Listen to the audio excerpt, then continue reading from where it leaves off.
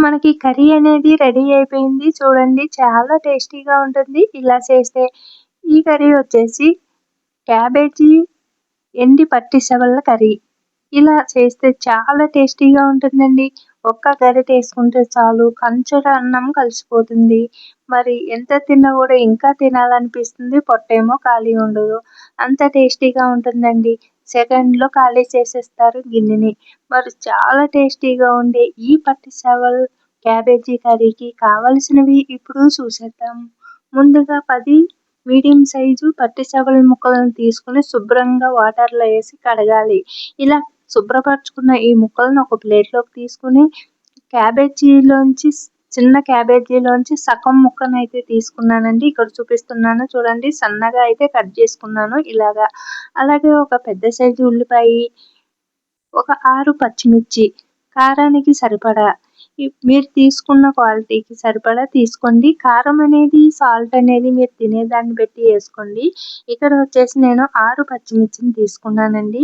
అలాగే కారం ఎక్కువ తినేవాళ్ళైతే ఎక్కువ, తక్కువ తినేవాళ్ళైతే తక్కువ తీసుకోండి. అలాగే దీంట్లోకి కరివేపాకును కూడా ఏసుకోవచ్చు. నేనైతే కరివేపాకును కూడా ఏస్తలేదండి. చాలా సింపుల్‌గా తయారు చేసి అయితే ఈరోజు మన వీడియోలో మీకు ఈ కర్రీ ఏ విధంగా తయారు చేసుకున్నాను అనేది ఈరోజు అయితే మీకు చూపించేస్తాను. ఇంకెందుకు ఆలస్యం రండి తయారీ విధానాన్ని చూసేద్దాము. ఇప్పుడు ముందుగా ఒక కుక్కర్ గిన్నె తీసుకొని ఇలాగ స్టవ్ పై పెట్టి స్టవ్ ఆన్ చేసుకొని 2 టేబుల్ స్పూన్ నూనె ఏసుకోవాలి. నూనె ఏసుకున్న తర్వాత ఇప్పుడు మనము శుభ్రంగా కడిగి పక్కన పెట్టుకున్న చేప ముక్కల్ని ఏసుకోవాలి. ఇలా చేప ముక్కలు ఈ నూనెలోకి ఏసేటప్పటికి మనకు నూనె వేడెక్కింది కదండీ! ఈ చేప ముక్కలు ఏసేటప్పటికి కాస్త పొగలొస్తాయి.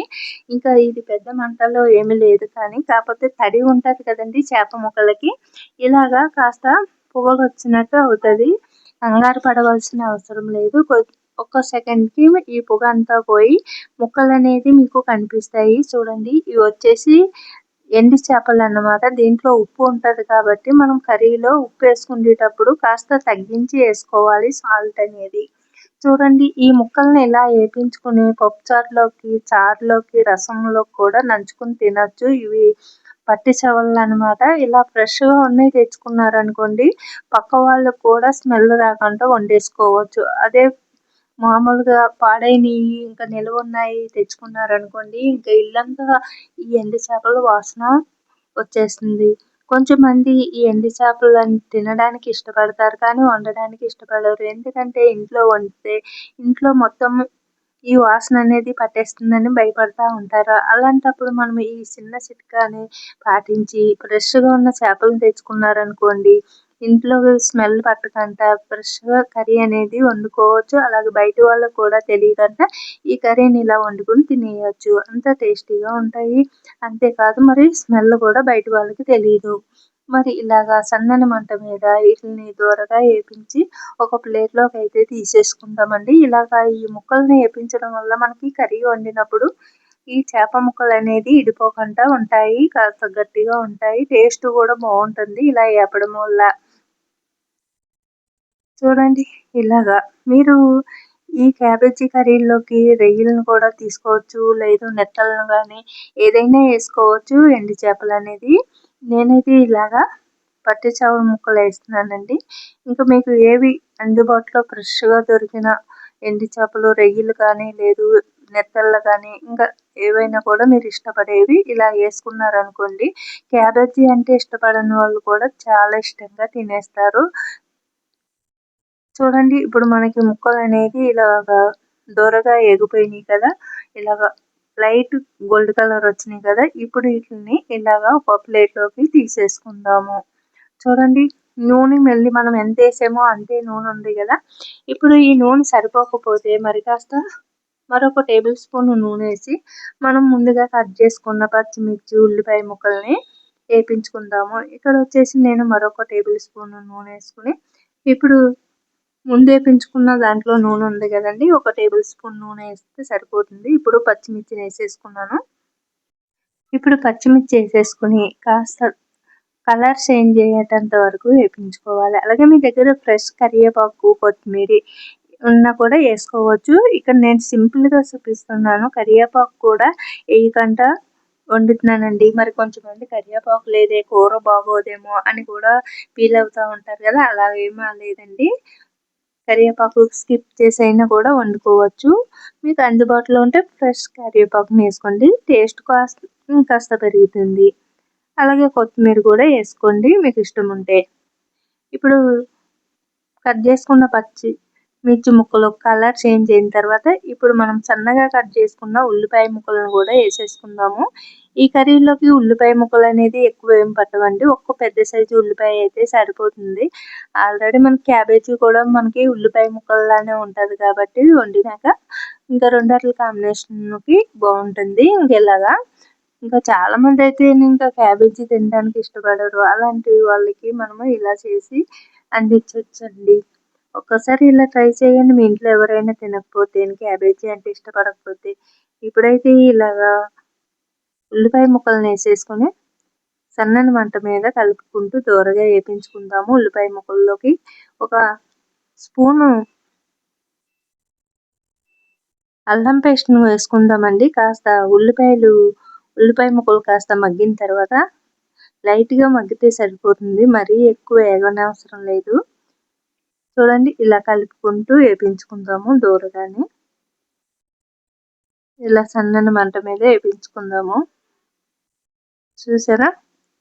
ఇక్కడ నేను కుక్కర్ గిన్నె వచ్చేసి నేను తడిగా ఉన్నప్పుడు స్టవ్ పై పెట్టడం వల్ల ఆ వాటర్‌కి ఇలా బ్లాక్‌గా కనిపిస్తుంది అంతేనండి. గిన్నె శుభ్రపరచలేదని అనుకోకండి. ఇలా వాటర్‌గా ఉంటే వాటర్ తడి ఆరుతుందని చెప్పి నేను ఫస్ట్ అయితే స్టవ్ ఆన్ చేసి ఇలా కుక్కర్ పెట్టడం వల్ల ఆ వాటర్ అలాగా బ్లాక్‌గా ఎగిరిపోయింది. వాటర్ ఎగిరిపోయిన తర్వాత నూనె వేసుకున్నాను. ఇప్పుడు మనకి ఉల్లిపాయ ముక్కల్లోకి అల్లం పేస్ట్ అయితే వేసుకుందామండి. ఇలాగ అల్లం పేస్ట్ వేసుకోవడం వల్ల మనకి గ్రేవీ లాగా పనికొస్తుంది. అలాగే మనకి నీచు కూరలోకి అల్లం పేస్ట్ చాలా టేస్ట్‌ని ఇస్తుందండి. అల్లం పేస్టు హెల్త్‌కి కూడా చాలా మంచిది. అల్లం కానీ మనకి ఎల్లుల్లిపాయలు కానీ యాంటీబయాటిక్ కింద పనిచేస్తాయి. ఇప్పుడు ఈ అల్లం పేస్ట్‌ని ఉల్లిపాయ ముక్కల్లోకి కలిసేటట్టు బాగా కలుపుకుందాము. చూడండి ఇక్కడ చూపిస్తున్న విధంగా చేయడం చాలా ఈజీ అండి. మరి ఇంట్లో ఉన్న వాటితోని ఈజీగా తయారు చేసుకోవచ్చు. మరి ఇంకా క్యాబేజీ తింటలేదని మనం కంగారు పడవలసిన అవసరం లేదు. ఇలాగ మీకు ఇష్టమైతే ఇలాగ ఎండు చేప వేసి వడ్డించండి వాళ్ళకి. ఎండు చేపలు ఏవైనా సరే రొయ్యలు కానీ లేదు నెత్తళ్ళు కానీ ఉంటాయి కదా వాటి పేర్లు ఇంకా చాలా ఉంటాయి కదండి. అలా ఉన్న వాటిని మీకు ఇష్టమైన వాటిని ఫ్రెష్‌వి చూసి తెచ్చుకోండి. ఎందుకంటే మార్కెట్‌లో ఒక్కొక్కసారి ఇంకా మనకి అవి తెచ్చుకున్న తర్వాత ఇల్లంతా వాసన వస్తూ ఉంటాయి. అలా కాకుండా ఇంకా ఫ్రెష్‌వి తెచ్చుకున్నారనుకోండి ఫ్రెష్‌వి అయితే ఇంకా అస్సలు వాసన రావు. ఇంకా మనకి మాత్రమే వస్తాయి. బయటకి అనేది వాసన అనేది పోదు. ఇలాగా ఉల్లిపాయ ముక్కలు మగ్గేటంత వరకు వేపించుకుందాము. చూడండి ఇక్కడ చూపిస్తున్న విధంగా. ఇందులో నేనైతే టమాటా కానీ ఇంకేమి వేస్తలేదండి. చూడండి ఇలా చక్కగా వేపించుకుందాము సన్నని మంట మీద. ఇలా ఈక్వల్‌గా అంతా కలిసేటట్టు కలుపుకుంటూ అన్ని ముక్కలు కూడా ఇలాగా వేపించుకుందాము. అలాగే మీరు తినేదాన్ని బట్టి వేసుకోండి కారం అనేది. ఇక్కడ నేను వచ్చేసి ఒక అర స్పూన్ కానీ పావు స్పూన్ కానీ కారం వేసుకుంటాను. అంటే నేను తినేదాన్ని బట్టి వేసుకుంటాను అన్నమాట. ఫస్ట్ చూడండి ఇలా పచ్చిమిర్చి వేసుకున్నాను కాబట్టి ఇప్పుడు తగ్గించి కారాన్ని వేసుకుంటాను. ఇంకా మీరు అయితే ఇంకా పచ్చిమిర్చి వేసుకుంటూ సరిపోతుంది కదా అనుకుంటే కారాన్ని స్కిప్ చేయండి. తక్కువ తినేవాళ్ళైతేని. ఎక్కువ తినేవాళ్ళైతే కారం కూడా వేసుకోండి. ఇంకా ఇలాగ సగం పచ్చిమిర్చి సగం కారం వేయడం వల్ల మనకి కూర అనేది కలర్‌గా కనిపిస్తుంది. అలాగే టేస్ట్ కూడా బాగుంటుంది. అన్ని పచ్చిమిర్చే కాకుండా ఇలా కూడా ఒకసారి ట్రై చేయండి. ఇలాగ ఉల్లిపాయ ముక్కలంతా మగ్గేంత వరకు ఇలాగ దగ్గరకంతా వేపించుకుందాము. చూసారా ఇలాగ ఇంకొక కాసేపు అయితే అయిపోతుందండి. బాగా ఫ్రై అవుతాయి ఉల్లిపాయ ముక్కలు. చూడండి ఇప్పుడు మనకి ఇలా ఉల్లిపాయ ముక్కలు వేగిన తర్వాత క్యాబేజీ ముక్కల్ని వేసేసుకుందాము. ఇప్పుడు క్యాబేజీ ముక్కలను కూడా మనం సన్నగా కట్ చేసుకుందాము. చూడండి ఇది ఉడికించలేదండి పచ్చివి వేస్తున్నాను. అలాగే మీరు ఉడికించి వేస్తాను అనుకుంటే మీ ఆప్షన్ అండి ఇది. మరీ ఎక్కువ ఉడికించకుండా ఒక 1 మినిట్ ఉడికించి వాటర్ వంపేసి అప్పుడు వేసుకోండి. ఒకవేళ మీకు క్యాబేజీ వాసన వస్తుంది అని అనుకుంటేని. ఇంకా నేనైతే ఇలాగే చేసానండి. మరి ఎక్కువ క్యాబేజీ ఉడికించామనుకోండి ఇందులో ముద్దగా కర్రీ అనేది ముద్దగా అయిపోతుంది కాబట్టి ఇలాగా మనం పచ్చిది వేసుకున్నా కూడా మనకి టేస్ట్ బాగుంటుంది. చూడండి ఇప్పుడు ఉల్లిపాయ ముక్కలతో పాటు క్యాబేజీ తురుమును కూడా ఇలాగా కలుపుకుంటూ అంతా కలిసేటట్టు ఈక్వల్గా వేపించుకుందాము. మనకు ఆల్మోస్ట్ ఉల్లిపాయలు అయితే ఎగిపోయినాయండి. ఇప్పుడు క్యాబేజీతో పాటు 2 మళ్ళీ కలిపి ఎగుతాయి అన్నమాట. ఇలాగ అంతా కలిసేటట్టు కలుపుకుంటూ ఈజీగా వేపించేసుకోవచ్చు. చేయడం రాని వాళ్ళు కూడా ఈజీగా తయారు చేసుకోవచ్చు. మరి ఎండు చేపలు అంటే ఇష్టపడే వాళ్ళు ఇలా ట్రై చేయండి. ఇలా ఇంట్లో ఉన్న వాటితోనే ఇలా ఈజీగా ఈ కర్రీని రెడీ చేసుకోవచ్చండి. ఇంకా కరివేపాకు లేదు, ఇంకా ఇందులో వేయడానికి ఏం మసాలాలు లేవనే టెన్షన్ లేకుండా ఈజీగా నార్మల్ కర్రీ ఏ విధంగా వండుకుంటామో అదే విధంగా వండుకోవచ్చు. ఇలాగ కాస్త క్యాబేజీ ముక్కలు కలర్ చేంజ్ అయిన తర్వాత ఇప్పుడు మనకి ఇక్కడ చూపిస్తున్న విధంగా కారాన్ని అయితే తీసుకున్నానండి. ఒక 1/2 స్పూను, చిటికెడు పసుపును కూడా తీసుకుంటున్నాను. చిటికెడు అంటే 1/2 స్పూన్ అనమాట. ఇంకా ఇలా వేసుకున్న తర్వాత ఒక 1/2 స్పూన్ గాను 1/4 స్పూన్ కానీ సాల్ట్ అనేది వేసుకోవాలి. మీరు తినేదాన్ని బట్టి వేసుకోండి. ఆల్రెడీ చేపలో మనకి ఈ ఎండి చేపలు మనకి సాల్ట్ అనేది ఉంటుంది కాబట్టి సాల్ట్ కాస్త తగ్గించి వేసుకోండి. ఇందులో చిటికెడు గరం మసాలా కూడా వేసుకుందాము. నీసు కూరలకి గరం మసాలా వేస్తేనే మనకి కర్రీ టేస్ట్ అనేది బాగుంటుంది. ఇప్పుడు చూడండి ఇలాగ 1/4 స్పూను గరం మసాలా. గరం మసాలా అంటే ఏం వేయాలి అని ఆలోచించకండి. మన ఇంట్లో ఏ గరం మసాలా ఉంటే అది వేయండి. బయట నుంచి తెచ్చిన చికెన్ మసాలా కూడా వేసుకోవచ్చు, లేదా మటన్ మసాలా అయినా వేసుకోవచ్చు, లేదు వెజిటేబుల్ మసాలా అయినా వేసుకోవచ్చు, లేదు మన ఇంట్లో తయారు చేసి పెట్టుకుంటాం కదా అన్ని కర్రీలకి సరిపడానే అలాంటిది కూడా వేసుకోవచ్చు. ఇప్పుడు ఇలాగ అన్నీ వేసి కలిపి కాస్త అన్నీ కూడా మనకి ఈ ముక్కలతో పాటు మగ్గిన తర్వాత ఇప్పుడు మనం ముందుగా వేపించి పెట్టుకున్న పట్టి చేపల ముక్కల్ని వేసేసుకుని ఇప్పుడు అంతా కలిసేటట్టు బాగా కలిపేసుకుందాము. చూడండి ఇక్కడ చూపిస్తున్న విధంగా ఇలాగా మనకి ఎండు చేపలు అనేవి ఎందులో వేసుకున్నా కూడా వాటికి టేస్ట్ బాగా పెరుగుతుంది.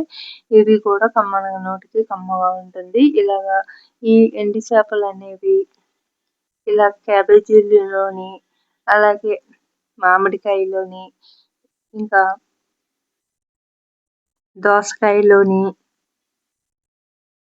సొరకాయలోని అంటే ఆనపకాయలోని వేసుకోవచ్చు. ఇప్పుడు మనకి ఇవన్నీ కూడా వేగిన తర్వాత ఒక 1/2 గ్లాసు వాటర్ వేసి మూత పెట్టేసి విజిల్ పెట్టేసి ఒక 2 విజిల్స్ కానీ 3 విజిల్స్ కానీ వచ్చేటంత వరకు ఉంచి ఇప్పుడు విజిల్స్ వచ్చిన తర్వాత స్టవ్ ఆపేసుకుని పక్కన పెట్టేసుకోవాలి. ఆవిరిపోయిన తర్వాత మీకు కర్రీ అనేది చూపిస్తాను.